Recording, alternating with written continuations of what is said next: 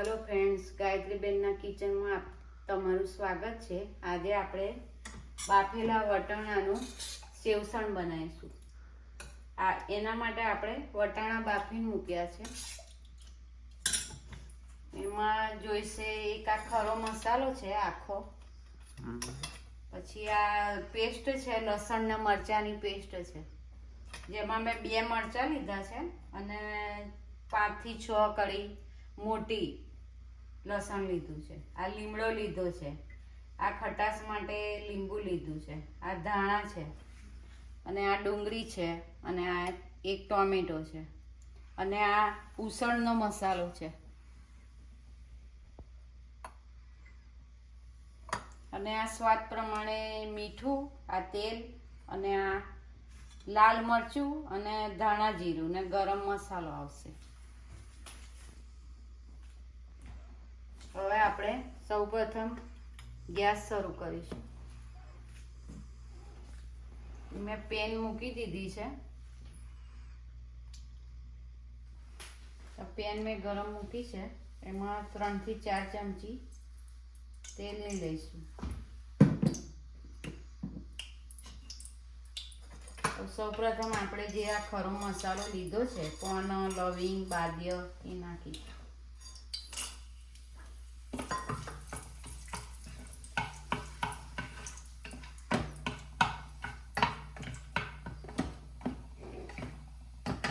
હવે આપણે અડધી ચમચી જીરું નાખીશું।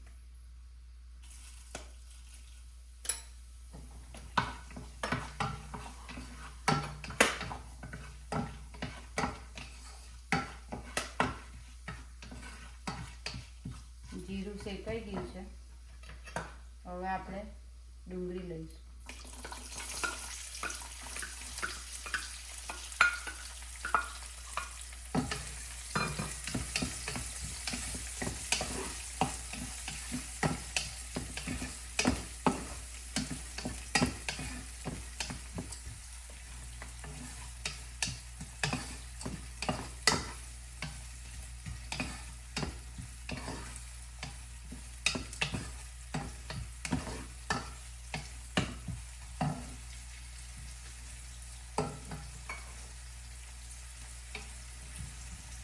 હવે આ મરચા લસણની પેસ્ટ બનાવી છે એ નાખીશું।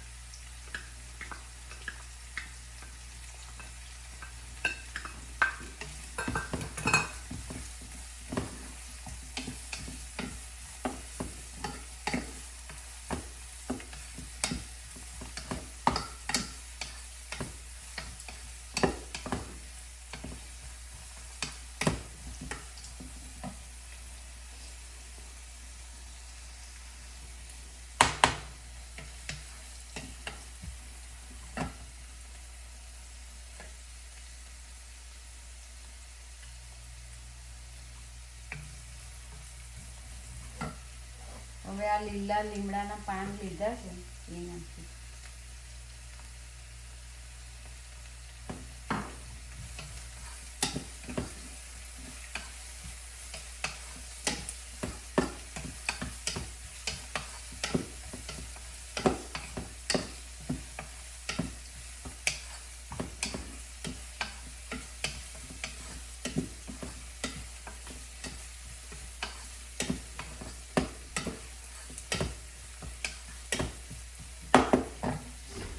હવે આપણે જે ટામેટો એક સમારી મૂક્યો છે એ નાખીએ।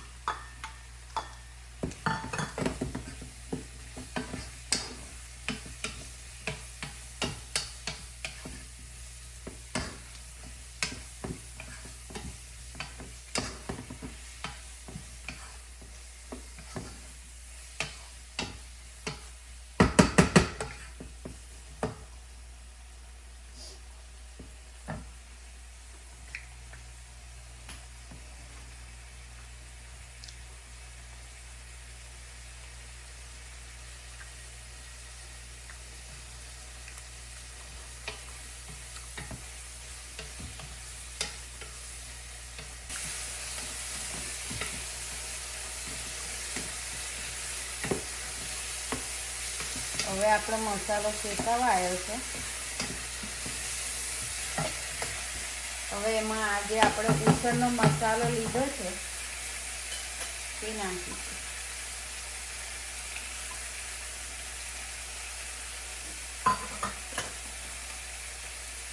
એમાં અડધી ચમચી લાલ મરચું હોય, 1 ચમચી ધાણા જીરું પાવડર અને 5 ચમચી ગરમ મસાલો.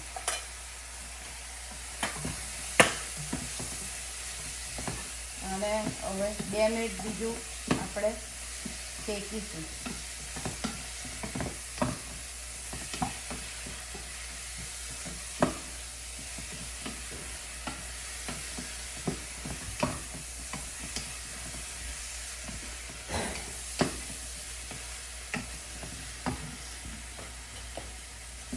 અડધી ચમચી હળદરની નાખી.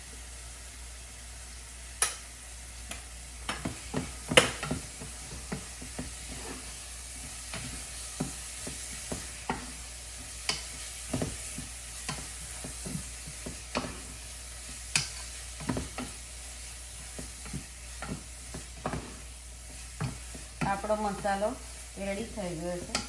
હવે જે વટાણા આપણે બાફ્યા છે એ રસા સાથે રેડીશું.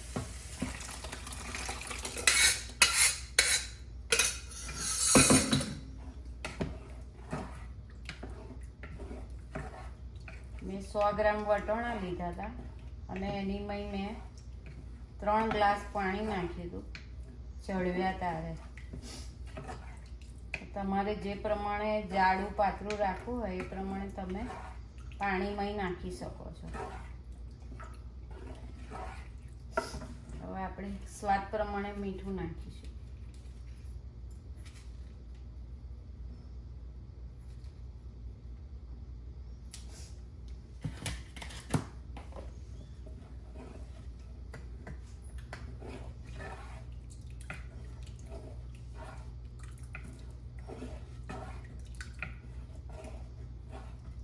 એને આપણે 5 મિનિટ ઉકળવા દઈશું.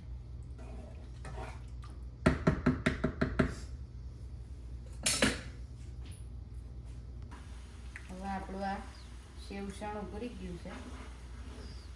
એમાં મેં લીંબુ લીધું છે. લીંબાનો રસ આપણે નાખીશું એમાં.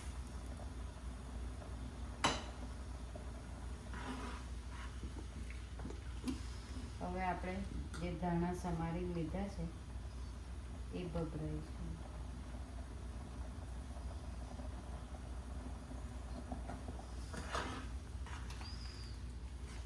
સેવસણ આપણું રેડી થઈ ગયું છે અને આપણે વાડકામાં કાઢીશું. હવે આપણે આ સેવસણ વાડકામાં કાઢીશું.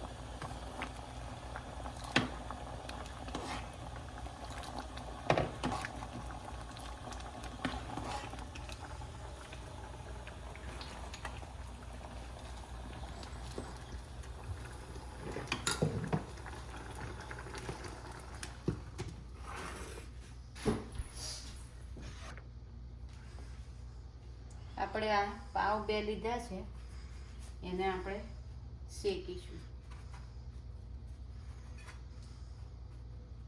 તમારે એમનેમાં બી પાવ તમે ખાવા હોય તો ખાઈ શકો છો. મેં અહીંયા શેકીને લેવાની છું.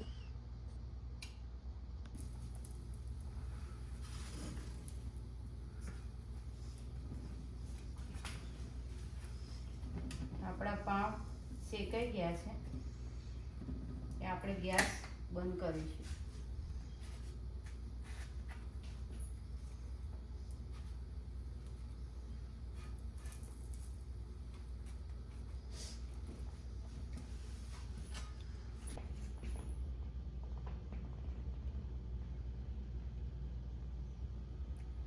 જો તમને મારી રેસીપી પસંદ આવી હોય તો મને લાઈક કરો, શેર કરો અને સબસ્ક્રાઈબ કરો અને બેલ આઇકન દબાવવાનું ભૂલતા નહીં.